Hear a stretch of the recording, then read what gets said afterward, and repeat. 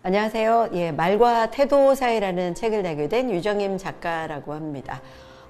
작가로 시작을 해서 다시 작가로 돌아온 그런 기분이 드네요. 저는 잘 아시는 이문세의 별이 빛나는 밤의 작가로 방송 생활을 시작을 했고요. 드라마, 다큐멘터리 굉장히 많은 작품을 쓰다가 부산 경남 대표 방송 KNN에서 PD 생활을 한 11년 정도 했습니다. 그 다음에 미국에 한 1년 정도 일을 하다 돌아왔고요. 그리고 부산 영어방송에서 제작국장으로 또 11년, 그리고 뉴스통신사 뉴스원 부산 경남 대표로 4년째 올해까지 일을 하면서 또 다른 새로운 출발을 꿈꾸고 있습니다. 오먼센스의 교육 칼럼도 쓰고 있고요. 새로운 일을, 어떤 일을 또 재미있는 일을 해볼까 하는 매일 그런 생각을 하면서 새로운 꿈을 늘 가지고 삽니다. 그리고 다시 처음 시작했던 것처럼 작가로 또 다른 걸음을 내딛고 있습니다. 이번에 제가 말에 관한 여러 가지 이야기를 좀 모아서 책을 내게 됐는데요. 아침에 오늘 촬영하러 오면서 길거리에서 마주친 여성분이 있었어요. 이 앞머리에 우리가 흔히 걸프락으로 하나요? 이렇게 좀 머리 많은 거 있잖아요.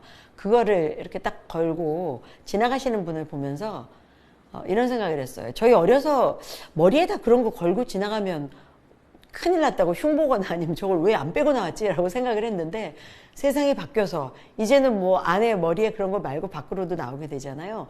유행이 변한다는 건 뭔가라는 생각을 해봤어요. 유행은 늘 변하지만 유행이 변하는 것이 문제가 아니라 보는 사람들의 시선과 태도가 변화하고 있구나.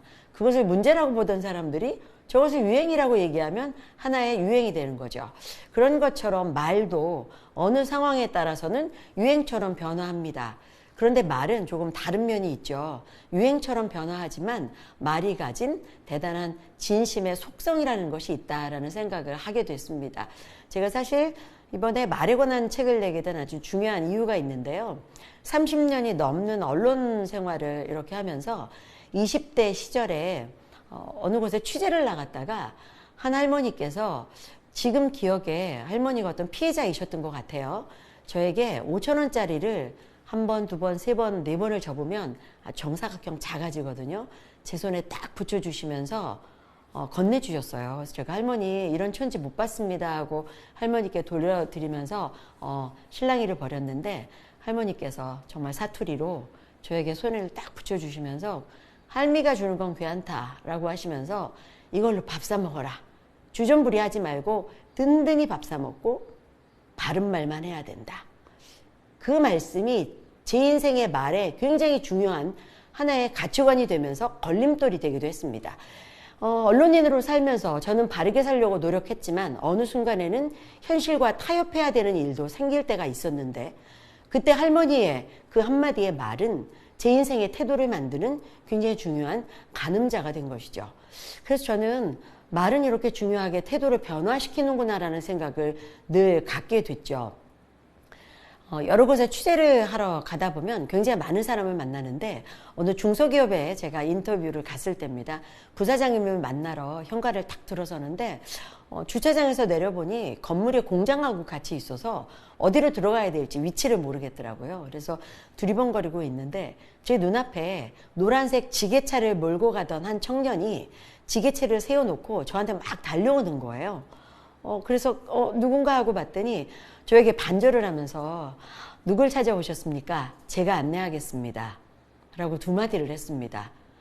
사실 조금 놀랐어요. 젊은 친구들이 갈 길을 가다 말고 지게차를 세워놓고 나한테까지 뛰어와서, 그래서 제가 부사장님 좀 뵈러 왔습니다 했더니 사무실 입구까지 안내를 해주면서 돌아서 나가면서도 반절을 하고 인사를 하고 나가더라고요. 굉장히 감동받았습니다. 그리고 그 글을 제 책 첫머리에 그 청년의 두 마디는 이 회사의 품격이었다 라고 썼는데, 우연히 또 그 책의 표지를 읽게 되신 회장님께서 그 청년을 찾아라 해서 청년을 찾으시고 표창하시고 포상금까지 내려주셨다는 뒷얘기를 제가 듣게 됐습니다. 몇 줄의 말과 글이지만 어쩌면 그 말은 이 청년의 인생을 바꿔줄 것이라는 제 후배가 얘기를 하더라고요. 그만큼 말은 참 중요하고 칭찬을 해줄 수 있는 것도 얼마나 중요한가라는 생각을 하게 됐어요.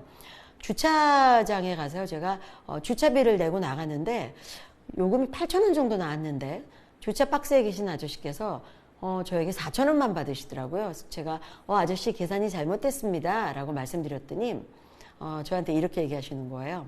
아니요, 계산 맞습니다. 제가 이 박스에 20년을 앉아 있었는데 현금을 두 손으로 주시는 분을 처음 만났습니다. 기분이 너무 좋아서 50% 할인해 드렸습니다. 그래서 저에게 4,000원만 받으셨어요. 그리고 돌이켜 생각하니까 제가 아저씨에게 10,000원짜리를 드리면서 저도 모르게 두 손으로 드렸던 모양입니다. 그 아저씨의 말은 제 태도를 바꾸고 일관성 있게 만드는 중요한 가치가 또 된 겁니다. 그 이후로 저는 제 뇌가 인식하는 한은 무엇을 할 때 항상 두 손을 사용합니다. 마트에 가서 계산을 할 때도 가급적 두 손으로 카드를 드리면 놀라운 반응이 옵니다. 그분도 반드시 두 손으로 저에게 카드를 돌려주십니다. 말과 태도가 어떤 일정 부분에 전염력을 가졌구나 라는 생각을 하게 됐고, 말과 태도 사이에는 우리가 모르는 중력이 작용한다라는 생각을 가지게 된 거죠. 제가 부산에 사는데요. 부산에 전국적으로 매우 유명한 마케터 한 분이 계세요. 점심을 같이 먹으러 갔는데 돼지국밥집을 갔어요. 국밥이 나왔는데 이분이 갑자기 국밥을 내려놓으시는 아주머님을 향해서 잘 먹겠습니다 하고 반절을 하는 거예요. 계속 젓가락을 갖다 주시면 또 감사합니다. 그래서 제가 실장님 뭐가 바뀌었어요? 라고 물었더니 네, 저는 오늘부터 저희 아이들에게 수학과 영어, 국어가 아닌 인성을 가르치기로 맘먹었습니다. 그냥 가르치는 것이 아니라 제 말과 태도를 바꿔서 영향을 주기로 한 거죠. 그래서 무엇이든 예의 바르게 두 손으로 하겠다라는 생각을 갖게 됐다고 말씀하셨습니다. 분명 아이들은 아버지의 말과 태도를 통해서 국어, 영어, 수학이 아닌 대단한 것을 배우겠구나. 인생을 살아보면 우리는 성적이 아니라 태도와 말로 그 사람에게 배우기도 하지만 영향을 주기도 한다는 걸 깨닫게 됩니다. 엄청나게 중요한 사회적 기량이라고 저도 생각을 하게 된 거죠. 저희 회사에 2명의 인턴이 새로 들어왔는데요. 한 친구는 말을 하지 않고 열심히 일하는 친구였고, 한 친구는 열심히 일하며 말이 따라주는 친구였습니다.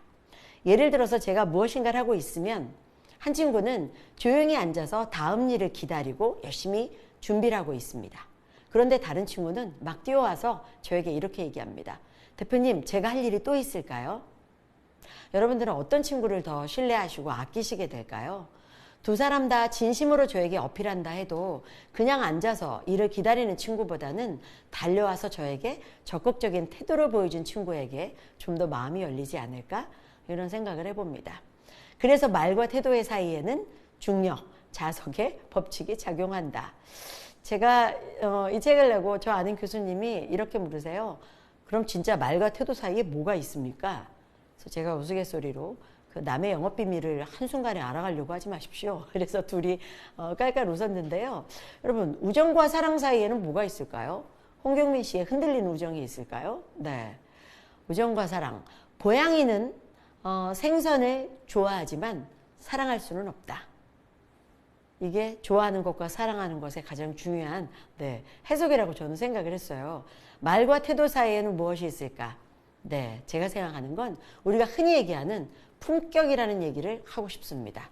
우리가 품위 있게 말해라는 얘기 많이 하잖아요. 근데 품위 있는 말이 많이 배운 사람이 아주 어려운 단어로 아주 고차원적인 언어를 얘기할 때 그 사람을 품위 있다고 말할 수 있을까요? 저는 좀 다른 해석을 하는데요. 남자분들은 예비군 훈련 가셔서 예비군복을 입으면 태도가 되게 달라진다고 이렇게 얘기하시더라고요. 여자도 마찬가지예요. 한복을 위를 탁 조여 한복을 입거나 정장을 싹 남성도 수트를 딱 입거나 그러면 우리는 함부로 말하지 못해요. 옷에 따라서 말하는 게 좀 달라지고 태도가 달라지거든요.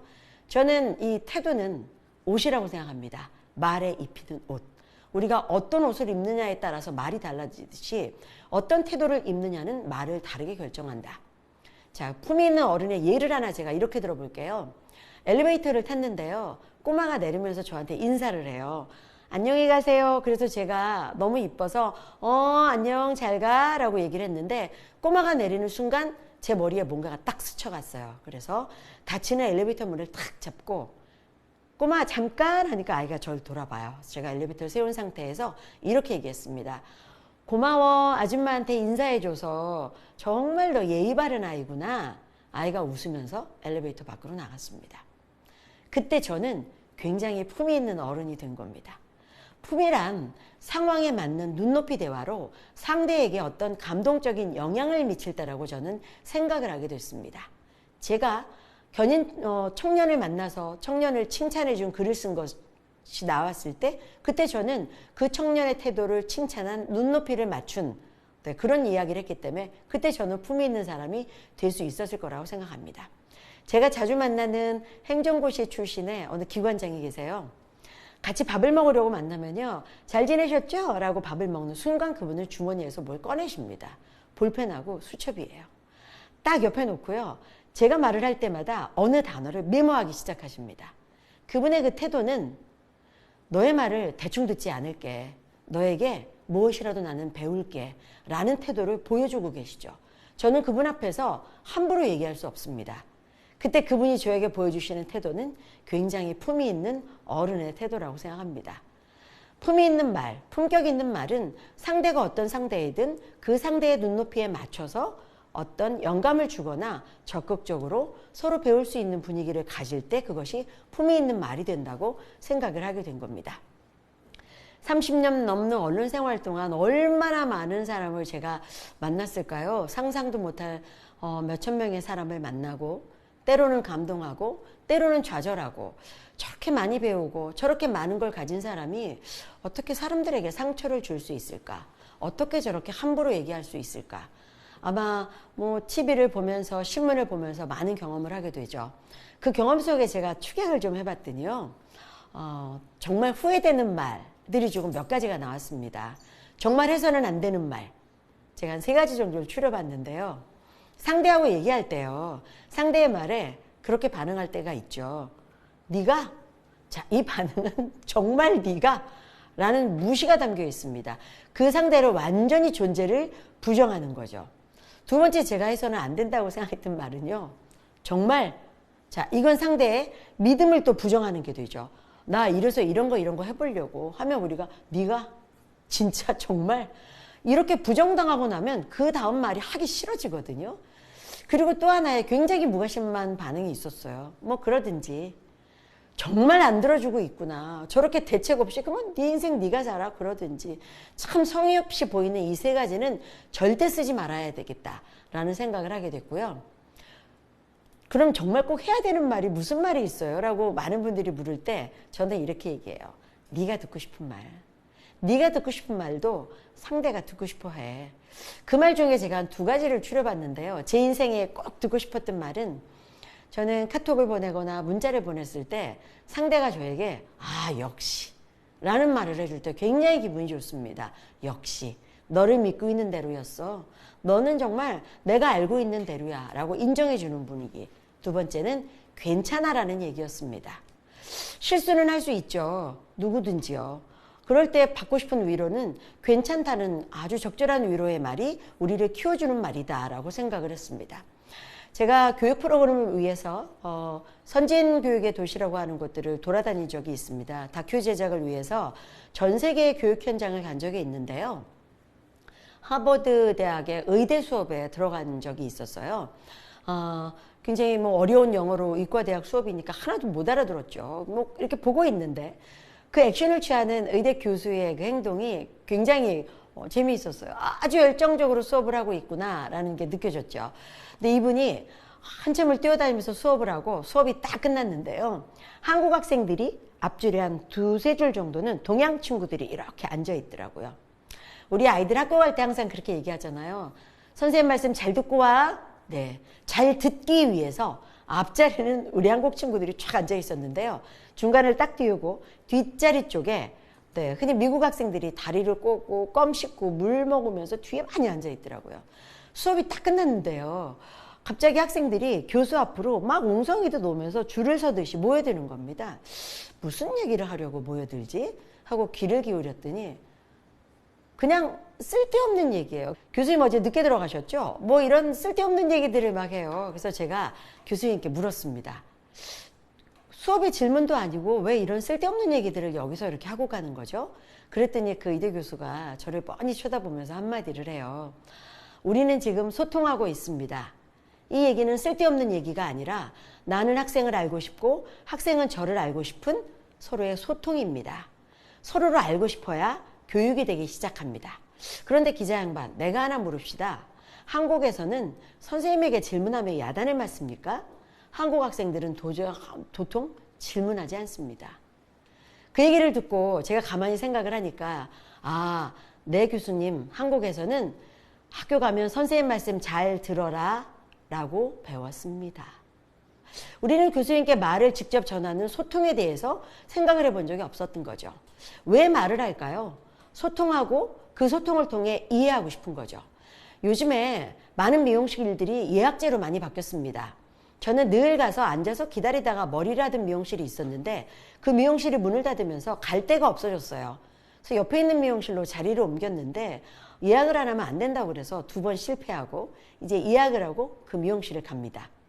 머리를 하고 있는데 갑자기 제가 예전에 다녔던 미용실에 문을 닫았으니까 갈 데가 없어지신 할머니들이 미용실을 지나시다가 그 미용실에 들어오셨어요. 머리 좀 할 수 없나? 라고 물으시니까 미용실 젊은 주인이 할머니 저희 예약제입니다. 그러니까 할머니들께서 걔한타 우리 3시간도 4시간도 기다릴 수 있다. 바닥도 쓸어주고 수건도 개줄게 라고 했더니 이 원장이 매우 난처해하면서 할머니 죄송합니다. 그러니까 할머니들이 그냥 가시는 거예요. 그래서 제가 그냥 들어오시게 하면 안 되나요? 했더니 다른 예약 손님들이 싫어하세요. 그때 제가 어떤 생각을 했냐면 할머니들에게 미용실은 머리를 하러 오는 곳이 아니라 정말 말할 기회를 찾으러 오는 소통의 창구였구나 라는 생각을 하게 됐습니다. 며느리 흉도 보고 아들 흉도 보면서 서로가 하나 되는 것. 요즘에 그런 것들이 너무 많이 사라졌어요. 이런 미용실뿐만 아니라 청년들 역시 말할 장소를 많이 잃어가죠. 어느 회사의 대표께서 저한테 이렇게 물으세요. 우리 직원들이 말이야 내가 뭘 묻는다고 톡을 보내면 1분 안에 답이 와요. 그 순간 전화를 하면 전화를 안 받아. 이건 어떻게 해석을 해야 되지? 제가 청년들에게 물었더니 톡은 할 수 있는데 사장님에게 전화를 걸면 뭐라고 말할지 몰라서요. 그러면 왜 청년들이 이렇게 말할지 모르게 됐을까요? 우리 어려서는 말할 기회가 정말 많았습니다. 엄마가 늦으시면 옆집 아줌마가 제 손 끌고 가셔서 그냥 이모네 집에서 밥 먹어라.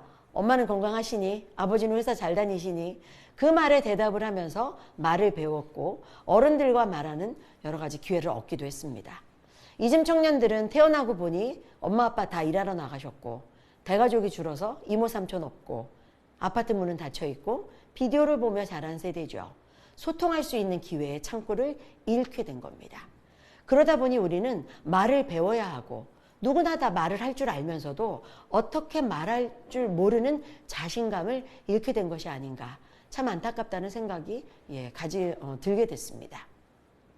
우리는 어떤 사람에게 말이 하고 싶을까요?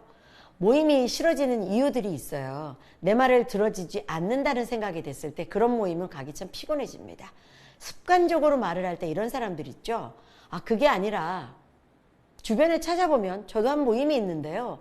그 사람이 있는 모임이 너무 피곤해요. 그게 아니고 라고 본인의 얘기를 시작합니다. 그게 아니라 라는 얘기를 할 때 시컷 얘기한 제가 부정당하는 느낌이 들죠. 또는 그것보다 가르치려고 드는 사람들 앞에서 말이 하기 싫어집니다. 누군가와 말이 하고 싶다면 상대를 인정하는 것, 제가 말씀드렸던 눈높이 대화, 인정을 하기 위해서는 나를 조금은 내려놔야 될 필요가 있다. 네. 수입차 판매 왕이 된 분을 제가 인터뷰를 하게 됐어요. 이분은 부산에 살지만 전국 수입차 판매 왕이 됐습니다.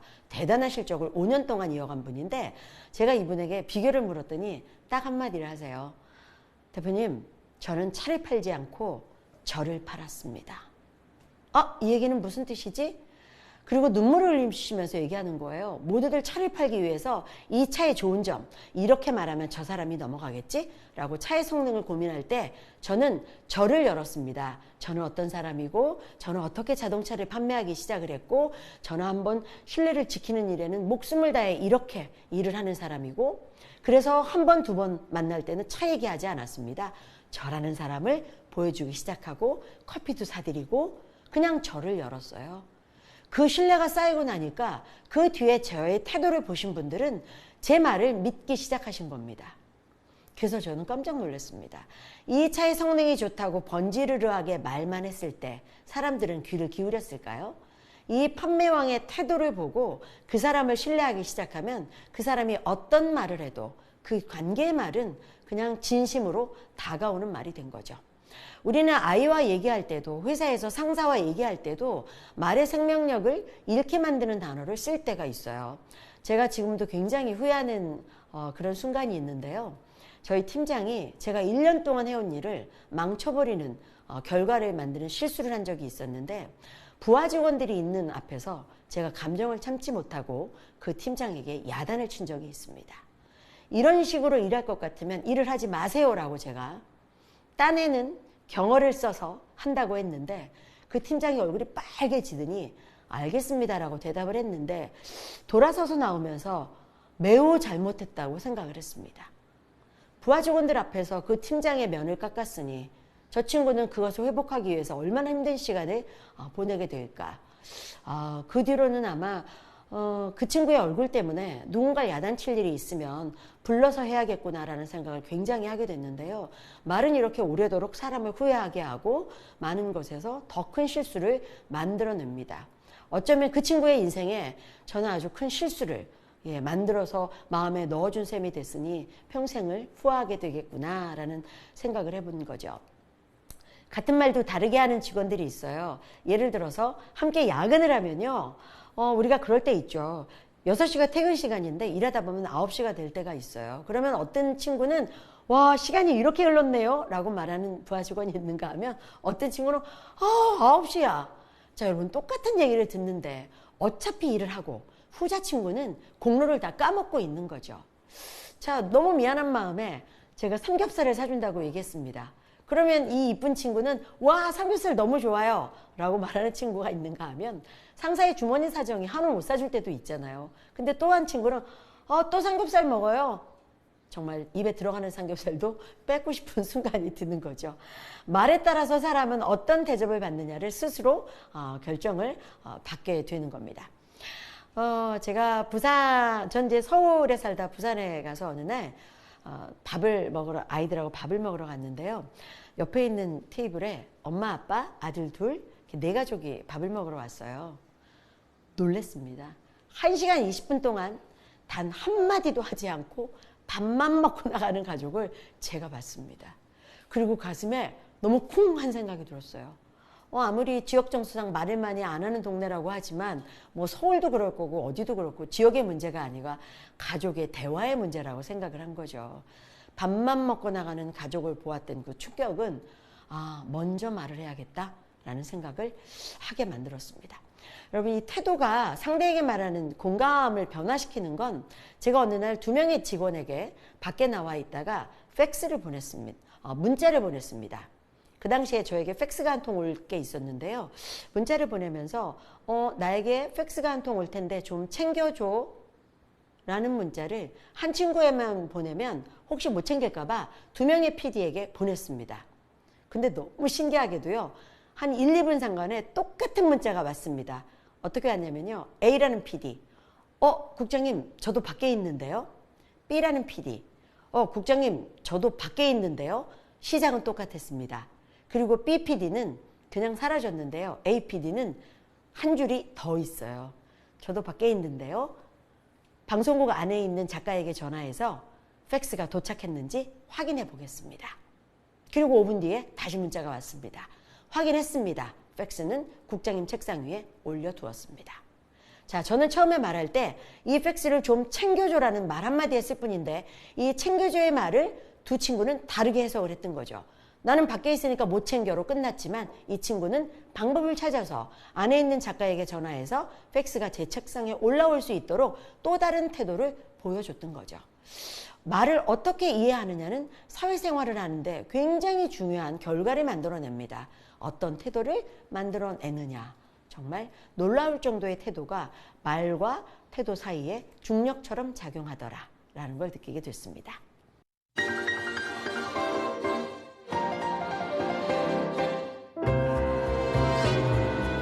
하기 위한 것은 연습으로 가능하다. 제가 만난 문세 오빠 이문세 씨는 타이밍에 재치가 대단한 사람이었습니다. 어느 순간에 어떤 말을 해서 상대를 위로한다. 어느 순간에 어떤 말로 상대에게 영향을 준다. 출연자들이 오면 얼마나 편하게 해주는지요. 사실은 진행자의 덕목은 본인이 말을 잘하는 것보다 진행을 할 때는 상대가 편한 이야기로 속에 있는 얘기를 다 꺼내게 만들어주는 사람이거든요. 굉장히 재치 있었어요. 어느 날 제가 기분이 너무 안 좋아서 원고가 참 안 써지는 날이 있어요. 그러면 제가 원고를 써서 DJ에게 줄 때도 기분이 별로 안 좋아요. 좋은 원고가 아니니까요. 그런 날은 문세 오빠가 제 표정을 보면 캐치를 참 잘했던 것 같아요. 원고가 평소보다 마음에 안 들면 원고를 탁 엎어놓고 오프닝을 시작합니다. 전체 기분이 안 좋죠. 내가 쓴 원고가 읽히지 않고 있구나. 그런데 아주 간단한 인사말 뒤에 한마디를 하는 거예요. 오늘 이렇게 좋은 이야기를 편지로 보내주신 청취자 유정임 씨께 청바지 티켓을 선물로 드리겠습니다. 제 기분을 읽고 저를 청취자 삼아 저에게 선물을 하나 전달을 해준 거죠. 힘내 라는 이야기를 돌려서 말해줬다고 생각이 들었습니다. 언젠가 연말에 저에게 이제 카드를 선물 줬는데요. 성탄절에 그 카드에 쓴 문구를 제가 잊을 수 없어요. 저는 그것이 글자로 보여진 오빠의 말이라고 생각을 했는데 언제나 감각을 잃지 않는 그런 작가로 살아있기를 바란다라는 얘기였습니다. 글을 쓰는 굉장히 오랜 세월 언론사에서 작가로 PD로 대표로 살아오면서 글은 저에게 하나의 힐링할 수 있는 탈출구였는데 그때 이문세 씨가 주었던 감각을 잃지 않는 작가라는 그 글이 그 말이 제 글 생활에 또 다른 가치의 기준점이 됐구나. 누군가에게 받는 그 얘기는 사람을 만드는 중요한 기본이 되는구나 라는 생각을 하게 됐어요. 제가 이문세 씨를 기억할 때마다 떠오르는 그 에피소드가 하나 있는데요. 밤 12시가 되면 저희 방송이 끝나고 스태프들이 철수를 하는데 그날따라 12시 뉴스를 하는 아나운서가 항상 1분 전에 와서 스튜디오에 대기를 하고 뉴스를 시작을 해요. 저희 방송이 끝나면 12시 띠띠띠 땡 하면 네, 12시 자정 뉴스입니다. 이렇게 나가야 되는데 방송 20초 전에 스튜디오가 비어있다는 걸 엔지니어가 발견한 겁니다. 어떡하지 하고 이제 소란스러워졌죠. 아나운서실로 연락을 했는데 시간을 착각한 아나운서가 밑에서 막 달려오고 있었습니다. 스튜디오는 7층, 아나운서실은 3층이었던 걸로 기억을 합니다. 간극이 있었죠. 그래서 엔지니어가 너무 급하니까 방송 끝내고 나오는 이문세 씨를 다시 스튜디오로 밀어넣습니다. 저희도 다 긴장을 하고 쳐다보는데 문세 오빠가 얼굴이 빨개져서 들어갔는데요. 띠띠띠 땡 했더니 이렇게 얘기해요. 이문세입니다. 또 나왔습니다. 저희는 그 다음 말이 너무 궁금했어요. 아나운서가 뉴스를 펑크냈어요. 열심히 뛰어오고 있는데 심할서 쓰겠죠. 인생이 이렇게 고달픈 겁니다. 그 말에 저희가 뻥 터졌습니다. 와, 저 사람의 저 애드립 봐라. 어찌 보면 심할서를 써야 되는 아나운서의 인생에 우리 모두 공감하면서 뭐 어떡해, 저 아나운서 어떡해 라는 공감으로 이해를 하게 된 거죠. 그래서 저는 그때 그 이문세 씨의 그 재치 있는 애드립을 듣고 상대를 읽어내는 기술이란 그 상대의 입장에서 생각하는 것이다. 제가 앞에 말씀드렸던 눈높이 대화를 이야기하고 있는 겁니다. 그 사람이 간절히 무엇을 원하고 있을까? 이 상황에 저 사람은 간절히 무엇이 필요할까? 그것을 읽어준 이문세 씨의 대화는 참 대단했습니다. 한 번은 저희가 어느 친구가 편지를 써서 보냈어요. 집을 가출하겠다. 나는 너무너무 가수가 되고 싶은데 집에서 반대한다. 그래서 나는 오늘 집을 나갑니다 하고 편지를 보냈습니다. 저희가 편지를 보고 전 스텝이 난리가 났어요. 그때 문세 오빠가 저에게 해준 얘기가 있어요. 2부가 시작이 되면 방송 2부에 별 하나의 사랑과 별 하나의 행복과라는 에세이가 나갔는데요. 그 에세이에 내가 주는 말을 이 친구에게 주는 편지로 하나 써줘. 그러면 나 이 친구에게 이러이런 얘기를 해주고 싶어. 그래서 제가 오빠의 이야기를 담아서 편지를 썼습니다. 놀랍게도 이 친구가 집을 가출해서 기차를 타고 그 시간에 대구역을 막 나가는 순간에 여러분 옛날에는요 기차역에 라디오 방송을 틀어놨었거든요. 이문세 씨의 방송이 나갔는데 이 친구가 대구역 광장에서 이 방송을 들었답니다. 광장을 나가는데 누구누구군 문세 형이야 라는 얘기에 이 친구가 광장 한바닥에 딱 주저앉았다. 이렇게 얘기를 했습니다. 나중에 편지가 왔어요. 그러면서 나도 가수가 되고 싶었어. 그런데 우리 아버지는 중학교 2학년 때 가수하지 말라고 기타를 들고 내 머리통을 내려친 거야. 기타가 반토막이 났어. 있잖아. 형도 가수가 정말 되고 싶었지만 생각을 해보면 시기라는 게 있는 것 같아. 부모님들은 우리에게 영원히 꿈을 응원해주고 싶어도 공부를 해야 될 때를 먼저 살아본 어른으로서 알고 있는 거지. 형도 그 과정을 거쳐서 노래를 계속 하겠다고 말씀드리니 가수가 되었다. 지금은 집으로 돌아가. 이런 류의 이야기였던 걸로 저는 기억을 합니다. 이 친구에게 편지가 왔어요. 형의 편지를 대구역 광장에서 들었고 집으로 돌아왔습니다. 저희 이 스태프들이 난리가 났었어요. 스튜디오에서 환호하고.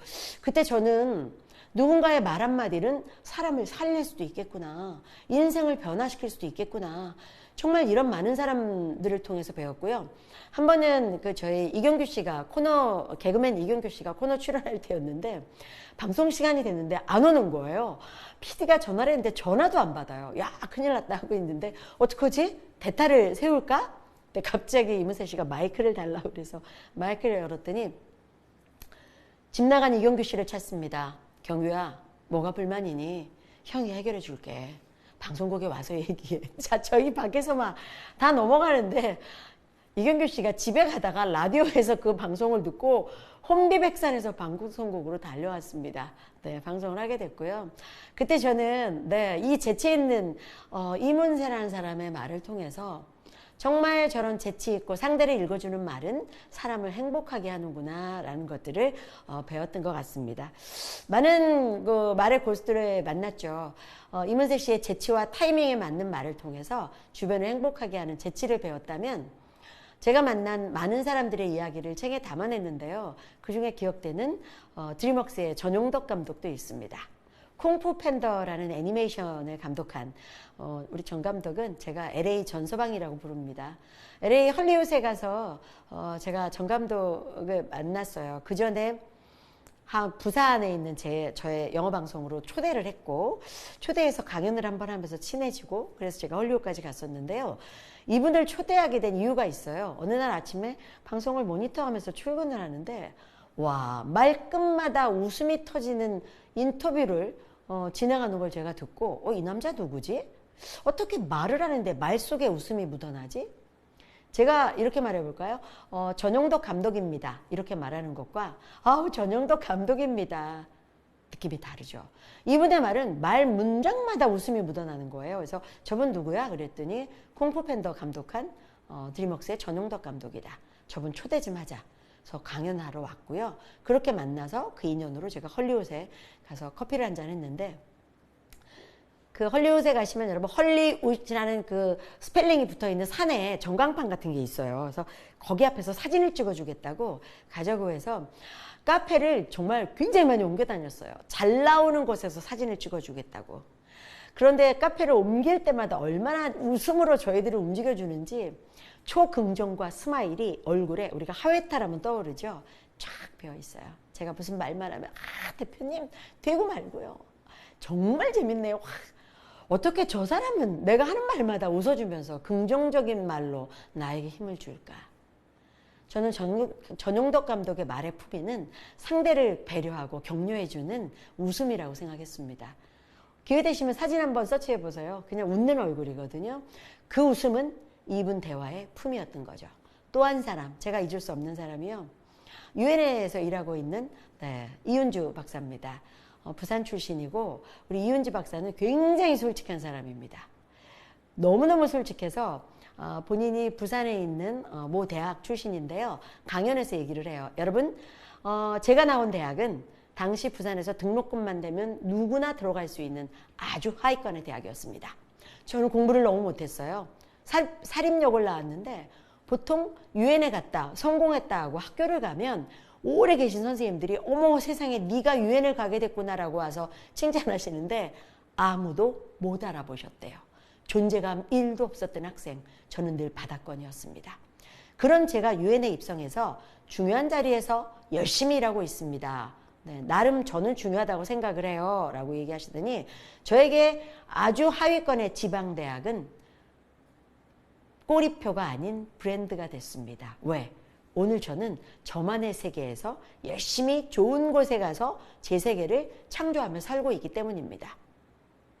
그 지방대학 출신의 하위권에 공부 못했다라는 것이 꼬리표가 될지 브랜드가 될지는 오늘의 내 모습이 결정하는 것이지 과거가 결정하는 것이 아닙니다. 라는 이야기로 학생들에게 굉장히 용기를 준 분인데요. 이현주 박사의 대화에 아주 품이 있는 특징이 있습니다. 경청하는 눈빛이 기가 막힙니다. 정말 예쁜 눈으로 반쯤 자세가 이렇게 나와서 제 얘기를 너무 열심히 경청해요. 그냥 추임새만 넣어주는 거죠. 한마디도 하지 않습니다. 정말요? 진짜요? 대단해요. 와, 역시 그럴 줄 알았어요. 저는 이분과 대화하는 게 너무 행복합니다. 그냥 제 얘기를 100배, 만배로 포장해서 들어주는 거죠. 그러면 속에 있는 얘기 막 꺼내게 돼요. 아프고 힘들었던 얘기도 이분 앞에서는 다 희석되겠구나. 놀라운 변화를 이분이 만들어주는 거죠. 뮤지컬을 본 적이 있습니다. 다이애나 비에 관한 그 뮤지컬이었는데요. 엘리자베스 여왕이라는 시어머니와 다이애나 비라는 며느리 사이에 영국 국민들이 굉장히 많은 이야기가 있었죠. 품위 있는 보수적인 왕과는 굉장히 다른 행보를 보인 것이 다이애나 비였습니다. 에이즈 환자들을 만나서 돕기도 하고요. 막 춤도 추고 그랬어요. 그래서 어떻게 여왕이 아니 어떻게 왕가의 며느리가 돼서 저렇게 속된 춤을 추고 사람들하고 어울릴 수 있지? 다이애나를 매우 미워했죠. 그런데 대중 국민들은 다이애나 비의 그런 태도를 매우 열광하며 좋아했습니다. 다이애나 비가 장례식을 치렀을 때도 굉장히 많은 영국 국민들이 슬퍼했죠. 그런데 제가 이 뮤지컬을 보고요. 다이애나 비가 그렇게 사랑을 받게 된 한 가지 이유가 대사에 한 줄이 나와요. 그 왕자가 다이애나 비의 남편이 한마디를 합니다. 모든 국민들이 좋아하는 다이애나 이유가 있어 하면서 한마디를 얘기해요. 다이애나는 아무 말도 하지 않고 조용히 다가가 옆에 서서 그냥 듣지 라는 문장이 나옵니다. 말하지 않는데 어떻게 상대를 설득할까요? 라는 의문은 거기에서 다 풀리는 거죠. 왜 다이애나를 좋아하지? 그냥 옆에 서서 가만히 듣지. 상대를 이해해준다는 건 상대를 온전히 내 것으로 안아주는 거잖아요. 듣는 겁니다. 이 사람의 고통은 이거였구나. 이 사람의 말은 이거였구나. 다이애나가 사랑을 받았던 건 가만히 듣을 뿐이었는데 엄청난 국민들의 사랑을, 대중들의 변화를 이끌어냈다. 저는 그 뮤지컬을 보고도 굉장히 놀랐습니다. 아, 저런 변화구나. 품위 있는 이야기, 아주 간단하게 요약을 해본다면요. 적극적 공감이 매우 필요합니다. 외화를 보는데 어떤 소년이요, 좋아하는 여자아이에게 이렇게 가지 못해서 주변을 맴돌아요. 그러니까 옆에 있는 누나가 이렇게 얘기합니다. 괜찮아, 괜찮아. 너 할 수 있어. 가봐봐. 그러니까 이 격려에 힘입어서 아이가 갔는데 쭈뼛거리다 결국은 말도 못하고 돌아와요. 돌아왔을 때 이 누나의 말이 아주 충격적이었어요. 보통 우리 같으면 어떻게 얘기할까요? 야, 너 그렇게 용기가 없어? 라는 저는 얘기할 것 같은데 이 누나가 이렇게 얘기합니다. 괜찮아. 다른 애들 같으면 근처에도 못 갔을 거야. 저는 이 말을 듣고 굉장히 위안이 됐어요. 어떻게 저렇게 말할 수 있지? 괜찮아의 마법 같은 힘이죠. 두 번째, 적극적으로 표현해야 되는 것이 품격 있는 말입니다. 어느 날 비행기를 탔는데요. 비행기가 저는 이렇게 하강할 때 요동치다가 활주로에 탁 붙는 그 순간이 너무 무서워요. 착륙하는 순간에 굉장히 긴장을 하는데 비가 오는 날이었어요. 또 비행기 흔들릴지 모르겠다. 불안해하고 있는데 언제 내려가지? 언제 내려가지? 근데 방송이 나오는 거예요. 무사히 착륙을 했습니다. 깜짝 놀랐어요. 느끼지도 못할 만큼 하강 착륙을 한 거죠. 자, 제가 내리면서 스튜어디스를 붙잡고 얘기했습니다. 오늘 파일럿이 누구십니까? 꼭 전해주십시오. 저 너무 편안한 비행에 아주 감동받았습니다. 그리고 그 항공사 대표님께 문자를 보냈습니다. 아침 몇 시 비행기? 네, 파일럿에게 꼭 칭찬 전해주십시오. 여러분, 품격 있는 말은 상대의 수고를 알고 전해주는 적극적 표현이라고 생각합니다. 저는 식당에 가서 음식이 맛있으면 돈 내고 그냥 안 나와요. 오늘 너무 맛있었어요. 주방장님께 꼭 전해주십시오. 품위는 그럴 때 나온다 라고 저는 생각을 합니다. 자, 세 번째, 적극적 태도요. 0.5초만 을이 되시면 곧 갑이 되실 수 있어요. 많은 낯선 사람들이 모인 곳에 가면 사람들은 모두 다 상대를 관찰합니다. 내가 너보다 더 나아. 왜 내가 너보다 더 먼저 인사를 해야 돼? 저는 그 순간 을이 됩니다. 명함을 들고 가서 먼저 인사해요. 안녕하세요. 저 누구누구입니다. 0.5초 고개 숙이는 을은 됐지만 그 순간 저는 갑으로 올라섭니다. 오, 저 사람이 나에게 다가왔구나. 상대는 저에게 관심이 생기기 시작한 거거든요. 그 관계를 우선적으로 점유할 수 있다. 적극적 태도는 품위 있는 말이 될 수 있다. 라고 생각하는 거죠. 자, 말과 태도 사이에 품위 있는 말, 학식도 아니고요. 지식도 아니고요. 어려운 단어도 아니다라고 제가 말씀을 드렸습니다. 우리는 가끔 내 말이 누군가에게는 어떤 얘기를 하게 되는가라는 생각을 하는데요. 여러분 한옥에 가시면 한옥을 연구하시는 분께 제가 들은 얘기인데요. 이렇게 방송 방 문턱이 있어요. 이 방 문턱이 있는데 그 문턱을 그냥 못 지나가잖아요. 밑에를 봐야 문턱이 보이죠? 문턱이 보여야 발을 들어 넘어갑니다. 한옥에 방에 문턱이 있는 것은 아래를 살피라는 양반들의 지혜였다. 라는 얘기를 들은 적이 있습니다. 그런데 양옥으로 바뀌면서 우리는 문을 열면 아무데도 안 보고 막 걸어 들어갈 수가 있죠. 주변을 보지 않아도 되는 거죠. 그러다 보니 살피지 않는 말로 서로에게 상처를 주는 것은 아닌가. 청년 중에 치매 어르신을 모시고 센터를 운영하는 청년이 있는데 제가 굉장히 좋아하는 청년이에요. 30초반의 이 청년은 똑같은 말을 해도 상대를 배려하는 말을 참 잘하는데요. 그런 몸의 태도가 보여서 저한테 와서 그래요. 대표님, 제가 치매 어르신들을 모시잖아요. 너무 행복해요. 왜냐면요, 매일 저를 보시는데 매일 몰라보세요. 그래서 어느 날은 제가 남편이 되기도 하고요. 친구가 되기도 하고요. 옆집 김서방이 되기도 해요. 그런데 저는 짜증나지 않아요. 같은 할머니를 보면서 매일 다르게 인사하는 거 매일 행복해요. 아, 어떻게 저렇게 인식할 수 있을까? 상황은 똑같은데 우리는 그 말이 짜증날 수 있다고 생각하는데 이 친구는 그 일에서 그 어른들을 모시는 아주 바른 태도를 가지고 있구나 라고 제가 생각을 하게 됐습니다. 가끔 제가 이런 생각을 해봐요. 저희 아이가 초등학교 3학년 때인데요. 도덕시험을 봤는데 도덕시험 문제가 이거였어요. 친구와 함께 할 수 있는 일은 무엇이 있을까요? 라는 질문이었습니다. 친구와 함께 할 수 있는 일 무엇이 있으세요, 여러분들은? 제가 누구에게 이 질문을 던졌더니 생맥주를 같이 마셔요. 고스톱을 같이 칠 수 있을까요? 여행을 같이 갈 수 있겠고, 친구와 함께 할 수 있는 일, 무거운 걸 같이 들 수 있을까요? 굉장히 많겠죠. 아이의 답은 상상 못한 답이 쓰여 있었습니다. 친구와 함께 할 수 있는 일, 가로. 꽃향기를 함께 맡을 수 있어요. 와, 제가 그걸 보고 우리는 어린 시절, 우리도 어쩌면 그 어린 시절에 저런 생각을 할 수 있었을 것이다. 그 머리가 점점 달라지면서 이제 친구에게 빚보증을 쓸 수 있을까요? 무엇을 함께 할 수 있을까요? 우리 안에는 굉장히 많은 가능성이 있었겠으나 그것들이 변화하고 현실에 맞춰지면서 우리의 말은 진보한 것이 아니라 정말 무섭게 변화했다라는 생각을 합니다. 꽃향기를 함께 맡을 수 있었던 우리의 어린 시절이 이제는 다른 관점으로 변한 것이 아닌가 굉장히 무서운 생각을 하게 됐습니다. 시크릿이란 책에 보면 말의 기운이 주는 놀라운 이야기가 나오는데요. 꿈꾸라 그것이 현실이 된다라는 결론이 나오면서 말은 운이 있다라고 얘기합니다. 흔히 우리 이렇게 얘기하죠. 와, 잘 될 거야, 잘 될 거야 라고 얘기했을 때 정말 잘 될까? 네, 여러분 잘 됩니다. 놀랍죠? 말의 주술성을 많은 학자들이 얘기하고 있습니다. 말의 주술성은 내가 그것이 된다라고 생각하는 순간에 우리 주위에서 과학적인 원리와 함께 뭔가가 다르게 다가온다라고 얘기를 합니다.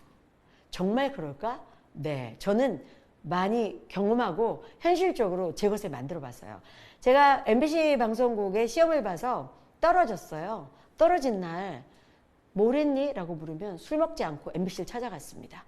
그러면 MBC 찾아가서 인사 담당자 멱살을 잡고 왜 나를 떨어뜨렸어? 이거 못하죠. 방송국 정문은 아무나 못 들어갑니다. 연락이 돼야 들어갈 수 있거든요. 저는 방송국을 찾아가서 누군가 보면 흡사 이렇게 정신 나간 사람처럼 보일 정도로 문 앞에 딱 서서 정문 앞에서 마인드 컨트롤을 시작했습니다. 나는 반드시 1년 뒤에 이 문을 넘어간다. 반드시 이 문을 넘어 들어간다.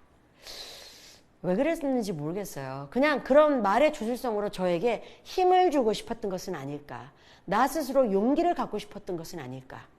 제가 별밤 작가가 돼서 매주 한 번씩 초대 손님이 지금은 볼 수 없는 고 김광석 씨였습니다. 김광석 씨가 방송을 하러 와서 기타 튜닝을 하면서 그 7층 창가에서 이렇게 노래를 부르면 저는 커피 한 잔 뽑고 그 옆에 가서 그 라이브 콘서트를 공짜로 즐기며 앉아 있었는데요. 그날도 이렇게 노래를 듣다가 커피를 마시면서 제 눈이 갑자기 7층 저 밖에 정문 앞에 딱 떨어졌습니다. 어랍쇼. 1년 만에 나 여기 들어왔구나. 이 자리에 진짜 앉아있네. 여러분, 말의 주술성을 믿으십시오. 반드시 좋은 말을 하면 좋은 태도가 만들어지고요. 그 태도는 상대에게 다 영감으로 나를 변화시킬 겁니다. 자, 끝을 이 얘기로 내겠습니다. 저는 30년이 넘는 언론 생활 굉장히 많은 사람을 만났는데도 불구하고 지금 문 밖에 나가면 낯선 사람이 굉장히 많습니다. 지금 오늘 제가 이 스튜디오에 와서 촬영을 하는데도 처음 뵙는 분들이 많아요. 어떻게 이렇게 매일 수백 명을 알아가는데 이렇게 아직도 낯선 사람 투성이일까? 이 낯선 사람이 넘치는 세상을 돌이켜 뒤집어 보면 여러분 사전 뒤져보세요. 얼마나 많은 낯선 단어들이 많습니까? 그 단어 중에 내가 죽을 때까지 쓸 수 있는 말은 몇 단어나 될까요? 상상 못했던 말을 우리는 마음속에 가지고도 쓰지 못한 채로 세상을 떠날 수도 있겠다.